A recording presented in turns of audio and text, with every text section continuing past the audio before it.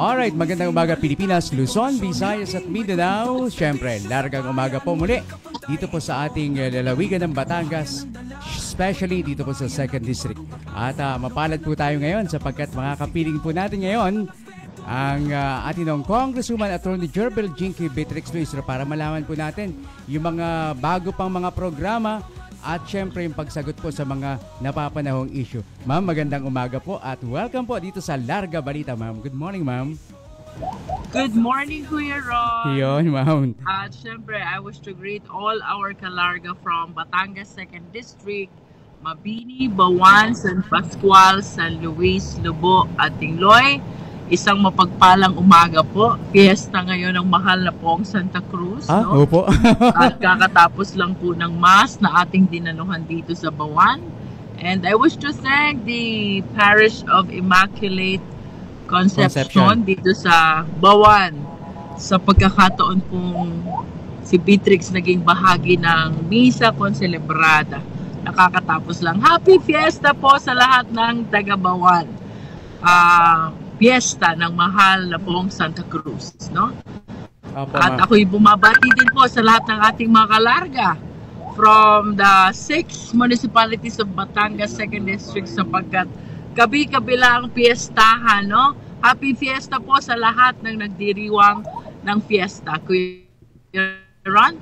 Opo, ma'am. At ma'am, nung sabi ko nga po, parang mauulit muli ang kasaysayan no?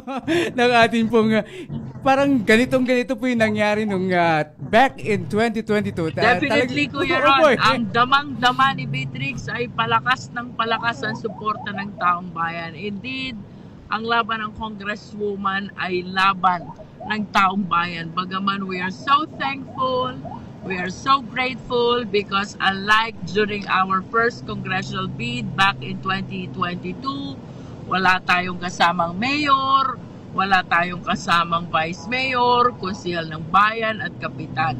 This time, it's totally different because majority of the mayors, more than majority of the mayors, barangay captain, konsehal ng bayan, and even vice mayors ay kasama na ni Beatrix dito sa ating laban. But the most important of all, walang nagbabago. Opo. Lalong tumitingkad, lalong tumitibay, lalong lumalakas ang sigaw ng taong bayan. Beatrix ang karapat-dapat na Congresswoman.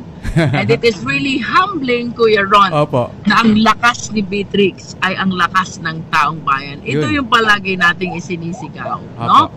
The supremacy of the people. Vox Populi Vox Dei, di ba? Maraming salamat po sapagkat damang-dama ni Beatrix ang mainit na suporta ng taong bayan.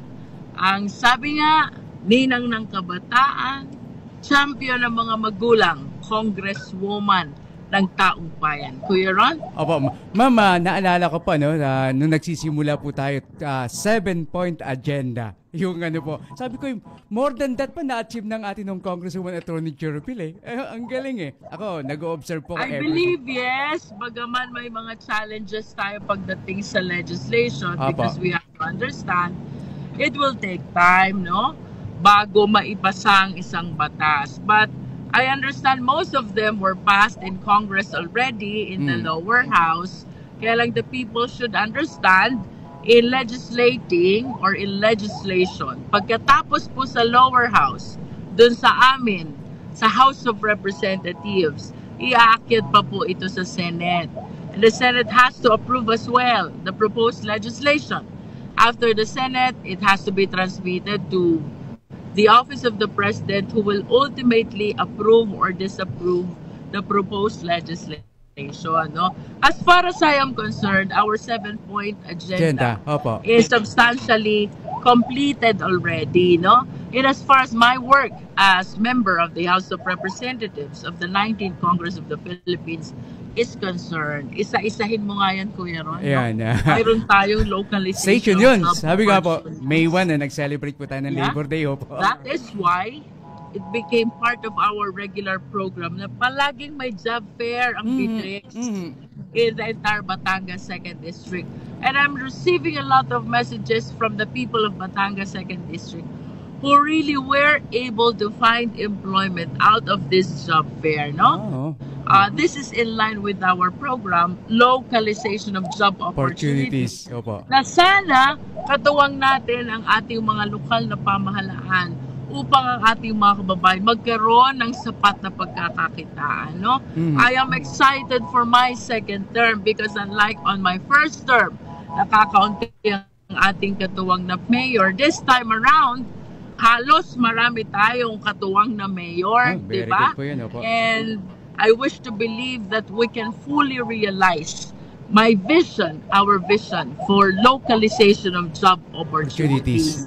Paalwanin ang trabaho ng taong bayan sa pamamagitan ng pakikipagtulungan sa lokal na pamahalaan or pwede rin ilapit natin ang ating mga trabaho sa ating mga kababayan, no? Ano pa yung laman ng 7-point madagdag ko lang po no, dun sa localization of job opportunities. Lumabas po ngayon sa survey na isa ho sa mga pangunahing kwalifikasyon na hinihingi po ng taong bayan. 93% ma'am, according to the survey, job, trabaho at saka social services, ma'am. Ano po masasabi niyo din, ma'am? Yes, I wish to add, no, Kuya Ron. Opo.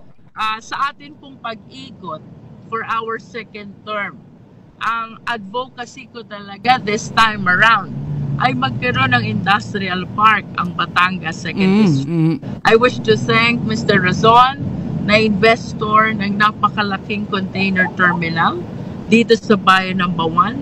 If I am not mistaken, this cost 48 billion, no? Opo. At ako po'y naniniwala, hindi lang taga 2nd District ang kayang mabigyan nito ng trabaho. Perhaps the entire Southern Luzon ay makikinabang sa trabahong dala ng napakalaking container terminal dito sa bayan ng Bawan. And I was able to express to him as early as now my intention of initiating an industrial park, and he was very positive about that.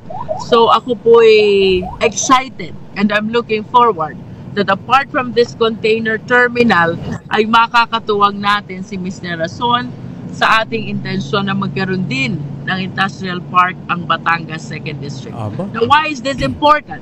Sapagkat alam po nating lahat na itong industrial park na ito, naririto ang maraming hanapbuhay at trabaho. And if this will be realized, yung ating mga kababayan dito sa Batangas 2nd District, hindi na po nila kailangang lumayo. Dahil dito pa lamang sa ating distrito, marami ng trabaho na pwedeng pagpilian. Kuya Ron? Opo. Ma'am, isa po sa ako'y natutuwa talaga, sabi ko, ang bilis na naipasa itong batas for the senior citizen, which is, sabi ko, pangunahin namin itong agenda, 7-point agenda to eh. In a matter of, last year po, last February 24 po yata yun, na-implement po kaagad ng Pangulo. Of course, we are referring to the expanded centenarian law, no? Opo. Bagaman ang proposal po ni Beatrix ay 60. Financial incentive from 80 to 99, no? Opo. Apart from the 100,000 na nare-receive ng mga centenarian, ay ako po'y humihingi ng pangunawa sa pagdating po ng Senado. Ay nabago yan because they claim na hindi kakayanin ang pondo ng ating bansa if we will be giving it to elderlies from 80 to 99 years old. So, instead of that proposal, ang nangyari po, 80, 85, 90, and 95, at ang financial incentive, which originally from the House is 25,000, ay naging 10,000 na lang. Opo. So, ang sabi naman ni Beatrix, mas okay na to kesa sa wala. Diba? What is important, na umpisahan. And rest assured sa lahat ng ating mga kababayan, bagaman ang nakikinabang po dito, hindi lang naman 2nd District, sa halip buong Pilipinas, no? Hanggat si Beatrix nasa Kongreso, tuloy ang laban ng mga octogenarian and nonagenarian.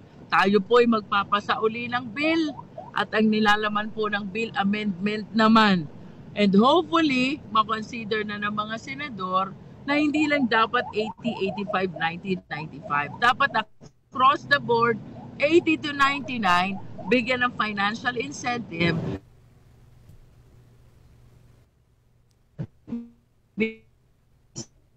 Kuya Ron? Aba. So sa lahat po ng ating mga lolo't lola na nasa edad na 80, 85, 95, congratulations po sa inyo sapagkat kayo may 10 birthday galing sa ating pamahalaan. It is hindi titigil hanggat hindi lahat ng octogenarians and nonagenarians ay napapasama sa financial incentive galing sa ating pamahalaan.